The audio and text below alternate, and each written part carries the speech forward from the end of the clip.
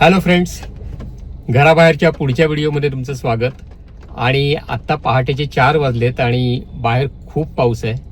आपण निघतोय एका लॉंग ड्राईव्हसाठी, स्पेशली घराबाहेरच्या हा एपिसोड शूट करायला.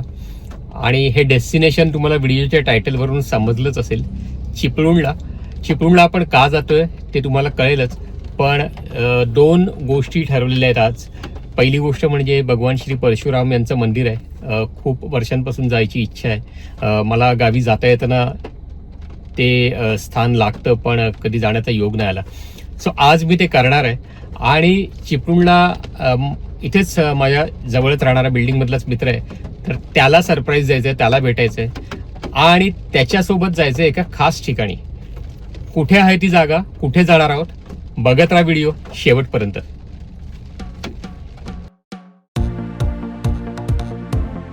पहाटे 4 वाजता निघालो खरं, पण पाऊस जोरदार होता. वाटलं की परत जावं, पण विचार केला की नाही, मान्सून मधला पहिला लॉंग ड्राईव्ह व्हिडिओ करायचाच आहे. साधारण 6:15 मला वाटतं 6:15च्या आसपास नागोठण्याला पोचलो. उजेड थोडं येऊ लागलेलं, पण पाऊस थांबायचं काही नाव घेत नव्हतं. सकाळी मला वाटतं 9च्या आधी परशुराम घाटात आलो आणि तेव्हा कुठे पाऊस थोडा कमी झाला. देवा काळजी. अपेक्षेप्रमाणे वेळेत परशुराम घाटावरती पोहोचलो होतो. साधारण 9 वाजले असतील. मुंबई हायवे 66 वर परशुराम घाटावरती लेफ्ट टर्न आहे, जिथून 1 किलोमीटर वर आलात की हे मंदिर आहे. इथे गाडी आधीच सोडावी लागते. मंदिर थोडं खाली होतं आणि पायऱ्या उतरून तिथे जायचं होतं. पण इथे जे काही वातावरण होतं ते मंदिरात पोहोचण्याआधीच अतिशय भारावलेलं होतं. काही सेकंदांसाठी वाटलं की नॉर्थमध्ये एखाद्या बनारस घाटासारख्या ठिकाणी आलोय की काय.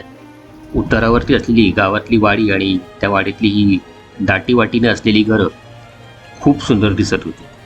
कोकणातला लाल चिराचा रंग पावसाच्या करड्या रंगावरती पेंटिंग केल्यासारखा उठून दिसत होता. पायऱ्यांवरच एक पडकं दत्त मंदिर दिसलं. दरवाजा बंद होता. आतही काही दिसलं नाही. एका काकूंचं छोटंसं दुकान मात्र होतं. मोजक्याच काही गोष्टी घराबाहेरच्या अंगणात काकूंनी दुकान म्हणून मांडल्या होत्या.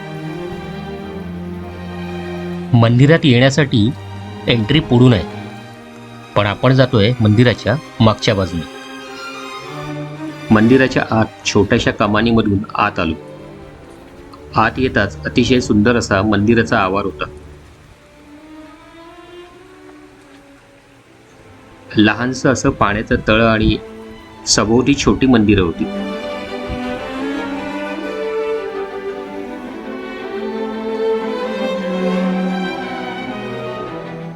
श्री गणेशाचं दर्शन घेऊन मुख्य मंदिराकडे आलो.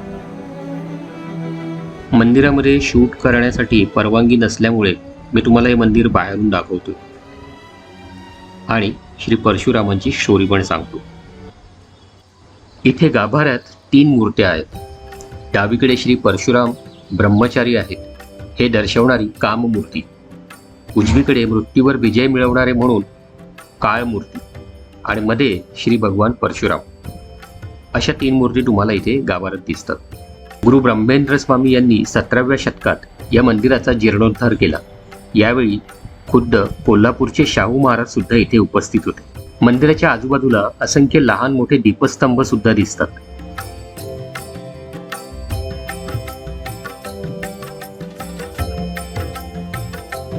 इथे एक ग्रह बाग सुद्धा आहे. हो, ग्रहांची बाग. वेदांमध्ये असलेल्या 27 नक्षत्रांचे 27 आराध्य वृक्ष आणि नवग्रहांचे 9 आराध्य वृक्ष इथे लावलेत आणि ते सर्व आयुर्वेदिक आहेत.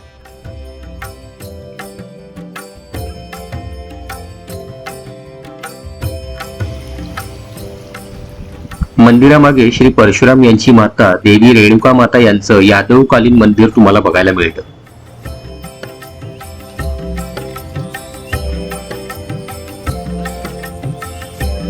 इथे थोडं बाजूला आलात की चिपळूण शहराचं सुंदर असं लँडस्केप तुम्हाला दिसेल.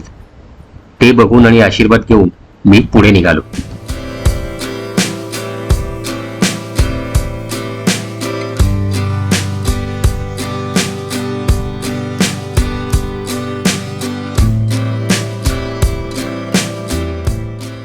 चिपळूण शहरात येताच मी आमच्या मित्राला फोन केला आणि तो लगेच गाडी घेऊन मला न्यायला आला. विजय हा मुंबईत आमच्या शेजारीच राहतो, पण तो सुद्धा फॅमिली सोबत सुट्टी एन्जॉय करायला घरी आला होता. विजय, सुप्रिया आणि मुलगा सुमित सगळेच जण आम्ही अचानक आल्याने एक्सायटेड होते.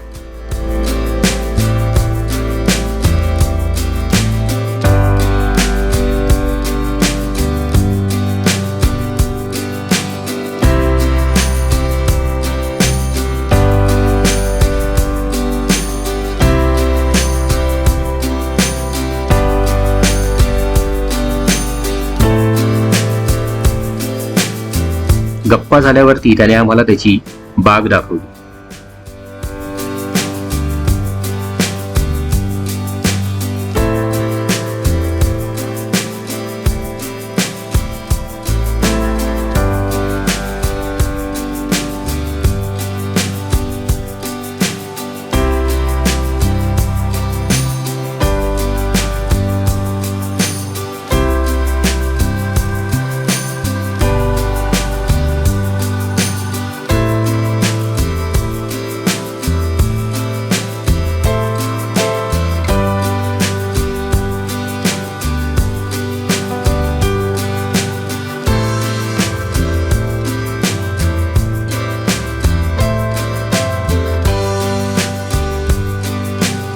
मग आम्ही एकत्र जेवायला निघालो.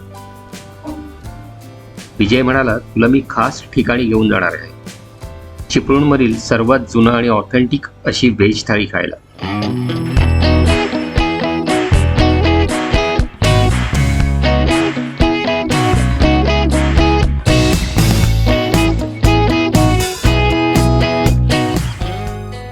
मग आम्ही आलो बाजारपेठेत असलेल्या काणे बंधू यांच्या आदर्श हॉटेलमध्ये.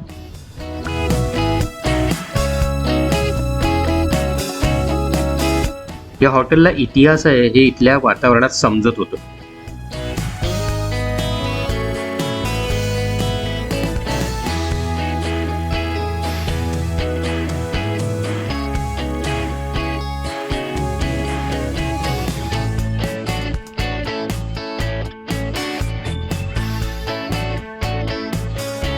मग मी तिथली फेमस अशी ती व्हेज थाळी मागवली. इथे त्याला गावरान थाळी म्हणतात. वांग्याची भाजी, झुणका, भाकरी, शेंगदाणे, खरडा, लिंबू कोशिंबीर आणि अर्थात आपला उकडीचा मोदक. अतिशय घरासारखं जेवणाचं ताट जसं ते दिसत होतं तेवढीच त्यातली चव सुद्धा घरगुती आणि सॉलिड होती. मजबूत ताव मारून विजयला टाटा करून आम्ही परतीच्या प्रवासाला लागलो.